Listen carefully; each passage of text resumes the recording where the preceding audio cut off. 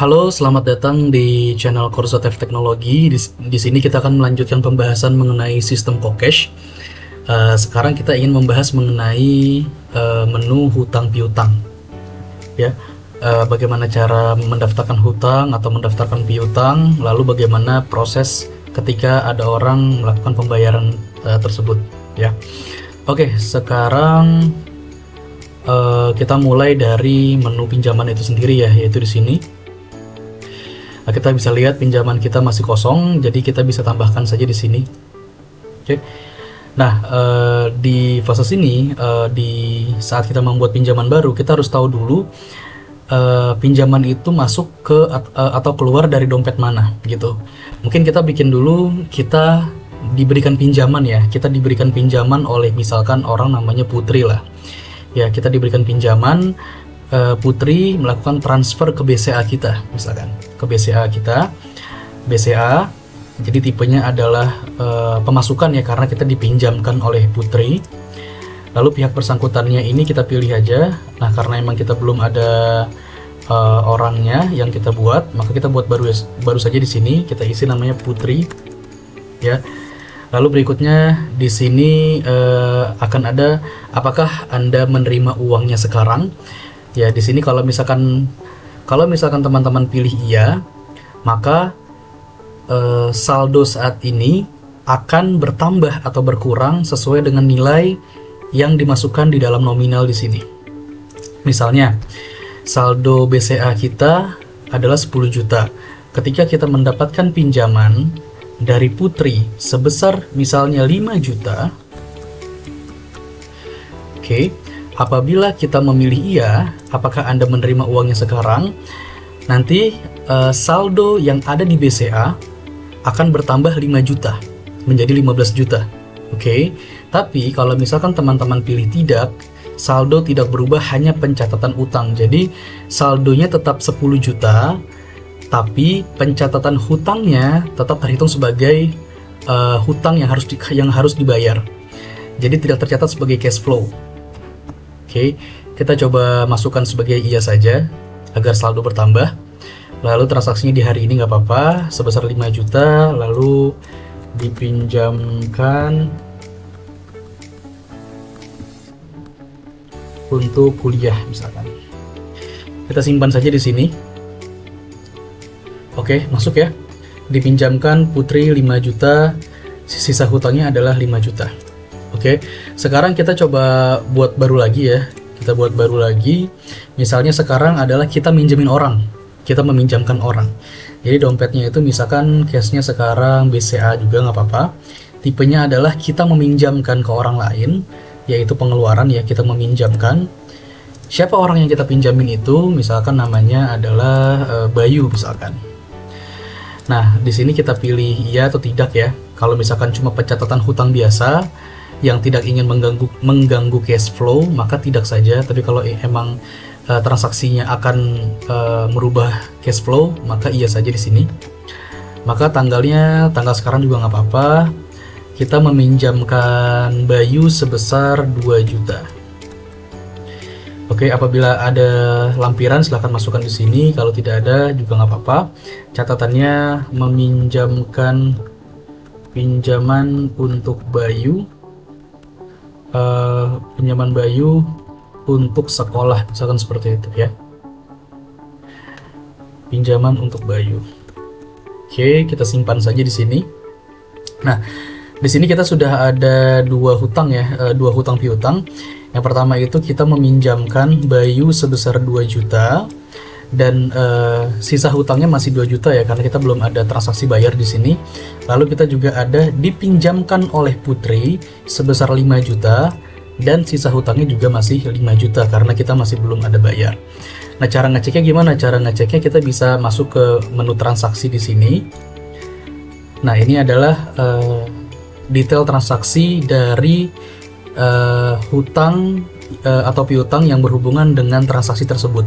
Nah, karena ini kita belum ada pembayaran ya, maka di sini masih satu transaksi saja, yaitu saat kita menerima pinjaman dari Putri.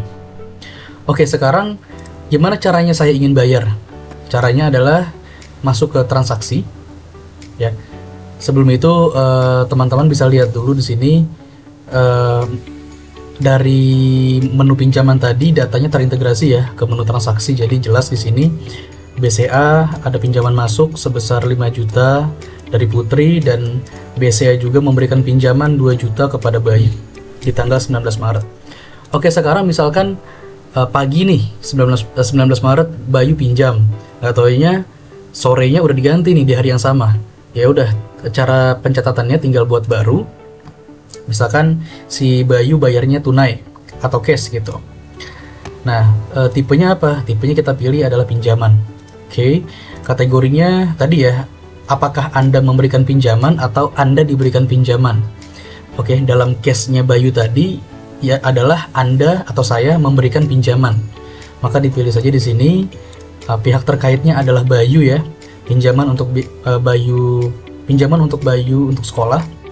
Nah, di sini tagihannya 2 juta, Bayu harus bayar 2 juta, tapi ternyata Bayu baru bisa bayar 1 juta gitu. Itu nggak apa-apa, kita isi aja di sini 1 juta. Oke, labelnya kalau mau diisi silahkan. Nah, catatannya misalkan Bayu baru bayar 1 juta gitu. 1 juta. Ya. Lalu kita simpan saja di sini. Kita simpan. Oke, setelah sudah disimpan, di sini ada transaksi baru ya. Tunai kita mendapatkan masuk ya dengan kategori pinjaman sebesar 1 juta dengan catatan pembayaran hutang dari Bayu ya. Yang ini adalah deskripsi tambahan kita yang kita buat tadi. Bayu baru bayar 1 juta. Oke. Nah, sekarang kalau misalkan transaksi ini udah terlalu banyak gitu kan, kita akan susah kan buat monitornya. Nah, gimana caranya? Kita bisa masuk ke menu pinjaman tadi. Lalu kita cari transaksinya Bayu tadi, ya di sini bisa dilihat nominal pinjamannya tadinya 2 juta, sisa hutang kita sekarang tinggal 1 juta. Kenapa? Karena 1 jutanya tadi kita udah bayar ya karena 1 jutanya tadi Bayu sudah bayar ke kita, gitu. Nah, cara lihat transaksinya gimana? Kita bisa lihat di sini di transaksi. Ya, jadi awalnya dari BCA 2 juta keluar minjemin untuk si Bayu. Lalu di hari yang sama si Bayu ngebalikin secara cash kategori pinjaman masuk atau bayar pinjaman ya, yaitu pembayaran hutang dari Bayu, tapi masih setengah. Oke. Nah, sekarang misalkan kita coba case yang kita mau bayar hutang. Oke. Kita mau bayar hutang misalkan di BCA juga misalkan. Kita mau pinjaman juga, tapi case-nya sekarang kita ingin membayar hutang. Ya, membayar hutang si Putri tadi. Anda diberikan pinjaman, betul ya, kategorinya dipinjamkan untuk kuliah dari Putri, tagihannya 5 juta. Bisa tanggal di sini bisa backdate ataupun dilebihkan, tapi disarankan untuk tetap urut ya, baik. Nah, di sini kita bisa mengisikan nominal yang kita bayarkan ya. Misalkan kita bayar, saya bayar 4 juta dulu, atau jangan 4 juta deh, mungkin 4,5 juta. Oke, di sini labelnya nggak apa-apa, kita pribadi aja. Kita bilang di sini bayar hutang Putri 4,5 juta. Oke, kita simpan saja.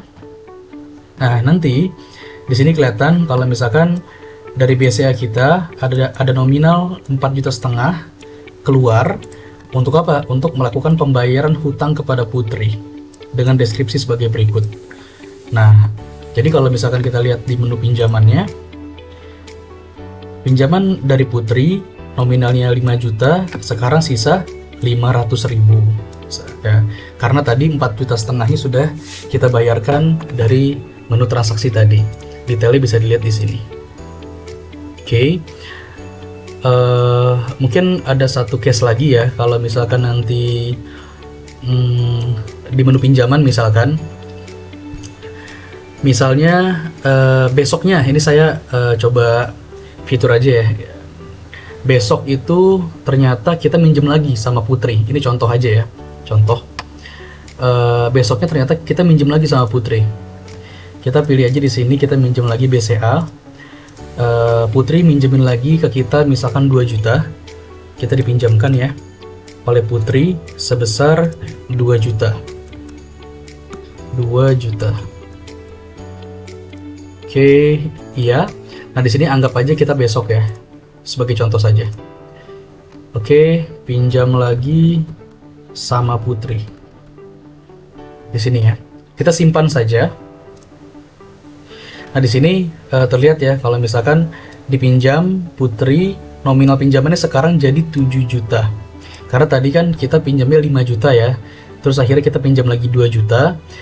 Tapi sekarang sisa hutangnya tinggal 2,5 ya. Karena tadi kita sudah bayar 4,5, sekarang hutangnya tinggal 2,5 juta. Detailnya bisa ada di transaksi juga. Di menu transaksi juga nanti bisa kelihatan di tanggal 20 Maret ada pinjaman masuk 2 juta, menerima pinjaman dari Putri. Oke. Terakhir paling kalau misalkan teman-teman itu mau edit ya, editnya itu di mana? Editnya itu bisa di menu edit ini. Nah, di sini. Jadi satu orang Putri itu kita pernah transaksi apa aja? Oh, kita pernah dipinjamkan 2 kali ternyata, yaitu tanggal 20 Maret dan tanggal 19 Maret ini. Nah, kalau teman-teman mau edit, silahkan edit di menu yang ada. Nanti tinggal ubah value-nya akan maka transaksi-transaksi yang berhubungan akan ikut berubah. Oke.